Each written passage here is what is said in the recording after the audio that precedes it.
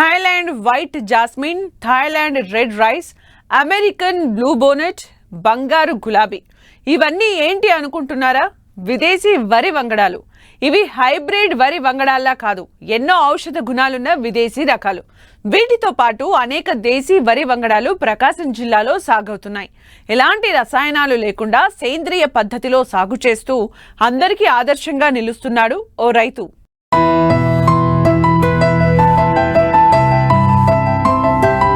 మారుతున్న పరిస్థితులకు అనుగుణంగా ఆహారపు అలవాట్లు కూడా మారిపోతున్నాయి.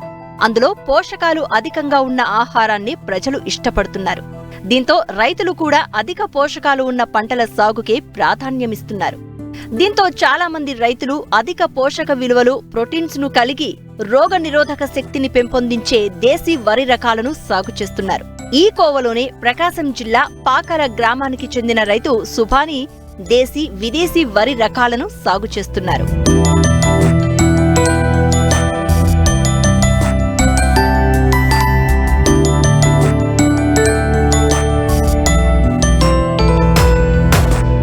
రైతు సుభాని చదువుకున్నది తక్కువ, వ్యవసాయ కుటుంబం కావడం, వారసత్వంగా సాగుని నమ్ముకున్నారు. అయితే అందరిలా కాకుండా సాగులో ప్రత్యేకత ఉండాలనుకున్నారు. అందుకోసమే ప్రకృతి వ్యవసాయాన్ని ఎంచుకున్నారు. తనకున్న 4 ఎకరాల్లో దేశీ వరి రకాలు సాగు చేస్తున్నారు. మనుషులకు ఆశించే పలు రోగాలను తగ్గించే దాదాపు 80 దేశీ, విదేశీ రకాలను ఎకరం 20 సెంట్లలో సాగు చేస్తున్న రైతు అందులో 20 రకాలను విత్తనోత్పత్తి చేస్తున్నారు. దేశీయ వంగడాల ద్వారా పండించిన ఈ బియ్యం మనిషికి మంచి పౌష్టికాహారాన్ని అందిస్తుంది. ఆరోగ్యం అందించేందుకు ఎంతో తోడ్పడతాయి. పిల్లలకు అధిక పోషక విలువలు, మంచి ప్రోటీన్స్ ను కలిగి రోగ నిరోధక శక్తిని పెంపొందిస్తాయి. వీటిని సాగు చేయడం ద్వారా భూసారం దెబ్బతినకుండా ఉంటుంది. కొంత ఇంటి అవసరాలకు వాడుకుని మిగిలింది కావలసిన వారికి అమ్ముతున్నారు. దీంతో పాటు అవసరమైన వారికి విత్తనాలుగాను అందిస్తున్నారు. నేను గత 6 సంవత్సరాలుగా ఈ ప్రకృతి వ్యవసాయం చేస్తూ దేశీ వరి వంగడాలు పండిస్తూ ఉన్నాను. 6 సంవత్సరాల నుంచి 40 వెరైటీలతోటి మొదలుపెట్టి ఈరోజు 80 వెరైటీల వరకు జాగ్రత్త చేయగలుగుతున్నాను. విత్తన బ్యాంక్ లాగా జాగ్రత్త చేయగలుగుతున్నాను. మొదటిసారి ఆర్ఎన్ఆర్ తెలంగాణ సోనాతోటి మొదటి సంవత్సరం ప్రారంభించాను. తర్వాత ఈ షుగర్కి వీటికి సంబంధించి ఇంకా ఏమైనా ఉన్నాయా అని చెప్పి నేను ఈ యూట్యూబ్ ఇటువంటివి గూగుల్లో సెర్చ్ చేస్తుంటే 40 వెరైటీలు దేశీ వెరైటీలు పండించడం స్టార్ట్ చేశాను. ఇవన్నీ నేటివ్ వెరైటీస్ అండి. వీటిలో నల్ల బియ్యంలో కొన్ని 10 రకాలు అలాగా సేకరించుకోవడం జరిగింది. ఎర్ర బియ్యంలోనే ఒక 10 రకాలు సేకరించడం జరిగింది. ఇప్పుడు భూమిని అంటే ఈ విధానంలో, ప్రకృతి విధానంలో చేయాలంటే గానుగు నుంచి పిండి, అలాంటి వేప పిండి, ఆముదం పిండి, కుసుమల పిండి, వేరుశెనగ పిండి, ఇలాగా ఎన్ని పిండ్లు అయితే అందుబాటులో ఉంటాయి అన్ని పిండ్లు తీసుకొచ్చి భూమిని రెక్టిఫై చేసుకోవడం, తర్వాత సంవత్సరం జీలుగులు, జనుములు అలా చల్లేదానికి చూసుకోవడం. ఇప్పుడు మామూలుగా ఎకరా 20 సెంట్లు నేను సాగు చేస్తున్నాను. దీంట్లో 60 వెరైటీలు మొత్తం 80 ఉన్నాయి. 60 వెరైటీలు కొద్దిగా ఎక్కువ మొత్తంలో చేస్తున్నాను. ఒక 20 వెరైటీలు ఈ సంవత్సరం శాంపిల్స్ వచ్చాయన్నమాట.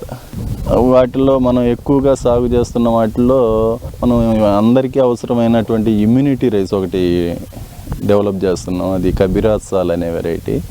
దాని తర్వాత నవారా వెరైటీ చేస్తున్నాం. అందరికీ పరిచయమైనటువంటి బ్లాక్ రైస్ కాలాబట్టి డెవలప్ చేస్తున్నాం.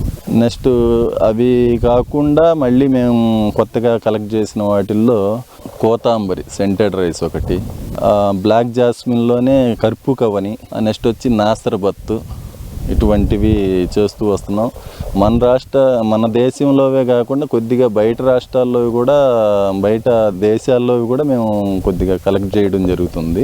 ఈ థాయిలాండ్ వెరైటీలు, అమెరికా నుంచి వచ్చిన వెరైటీలు, అంటే థాయిలాండ్ వైట్ జాస్మిన్ అనే ఒక వెరైటీ, ఆ ఏరియాలో నేటివ్ సీడ్ అనమాట ఇది.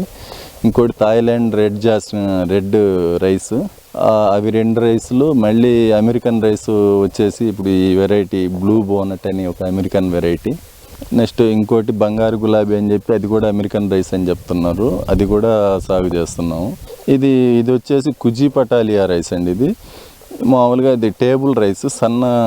సన్న బియ్యాన్ని అలవాటు చేసుకొని సన్న బియ్యాన్ని ఇష్టపడే వాళ్ళకి ఈ రైస్ బాగా ఉపయోగపడుతుంది. ఇది నిద్రలేమికి బాగా ఉపయోగపడుతుంది. ఈ వెరైటీ వచ్చేసి రత్నచోడి. మామూలుగా ఇది కూడా టేబుల్ రైసే. ఇది శ్రీకృష్ణదేవరాయల కాలంలో సైనికులకి పెట్టే భోజనంగా మనకి ఇన్ఫర్మేషన్ ఉంది. దీని పక్కన వచ్చేసి ఈ బ్లాక్ మొత్తం సన్న వెరైటీలతో ఉంటుందండి. ఇది చింతలూరు సన్నాలు అని సన్న రకం, ఇప్పుడిప్పుడే ఫ్లవరింగ్ జరుగుతుంది. ఆ చివర వచ్చేసి బహురూపి, అది కూడా. ఇవన్నీ హైట్ వెరైటీ. దేశీవాళీ వెరైటీల్లో ఏవైనా సరే హైట్ ఎక్కువ వస్తాయి. అంటే దేవుడు సృష్టి అనమాట. అటు మనిషితో పాటు ఆ పొలం పనిచేసే పశువులకి తగ్గట్టుగా మేత చేశాడు.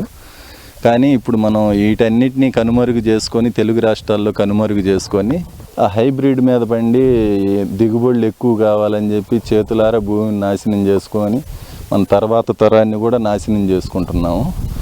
వీటికి నారు పోసిన కానీ ఇప్పుడు మనం కలెక్ట్ చేసిన కాడి నుంచి నారు పోసిన తర్వాత నుంచి కూడా అన్ని చిన్న చిన్న బెడ్లుగా పోసుకున్న తర్వాత అవి మొలకొచ్చిన తర్వాత వీటికి ఏది అవసరం లేదు. ఒక పంచగవ్య స్ప్రేయింగ్ ఇస్తుంటే సరిపోతుంది. ఏది ఎక్స్పెక్ట్ చేయదు. ఇప్పుడు ప్రజెంట్ పక్క పొలాలన్నిటికీ అన్ని బలం మందులు అవన్నీ ఇస్తున్నారు. వీనికి ఓన్లీ పంచగవ్య, దీంట్లో కావాల్సిన పెస్టిసైడ్, ఫంగిసైడ్ కషాయాలు ఆ పంచగవ్యాలు కలిపి కొట్టడం వల్ల ఇంత గ్రోత్ కనిపిస్తుంది మీకు. అది ఎంత కెమికల్ వేసినా అంతే వస్తుంది. అది కెమికల్ లేకుండా కూడా పంచగవ్య వల్ల ఇంత వస్తుంది. డిసీజులు కూడా తక్కువ. ఈ ఒక్కో వెరైటీలో ఒక్కో మెడిసినల్ వాల్యూ ఉంటుంది. కొంతమంది కుర్రోళ్ళు ఏం చేస్తున్నారంటే మాకు ఏ ప్రాబ్లం లేదు సార్, మాకు అన్నీ కలిపి ఇవ్వండి అంటున్నారు. అలాగా పర్ ట్రిప్ 25 or 30 వెరైటీస్ అంటే 30 రకాలు కలిపిన బియ్యాన్ని నేను అమ్ముతున్నాను మిక్స్డ్ రైస్గా.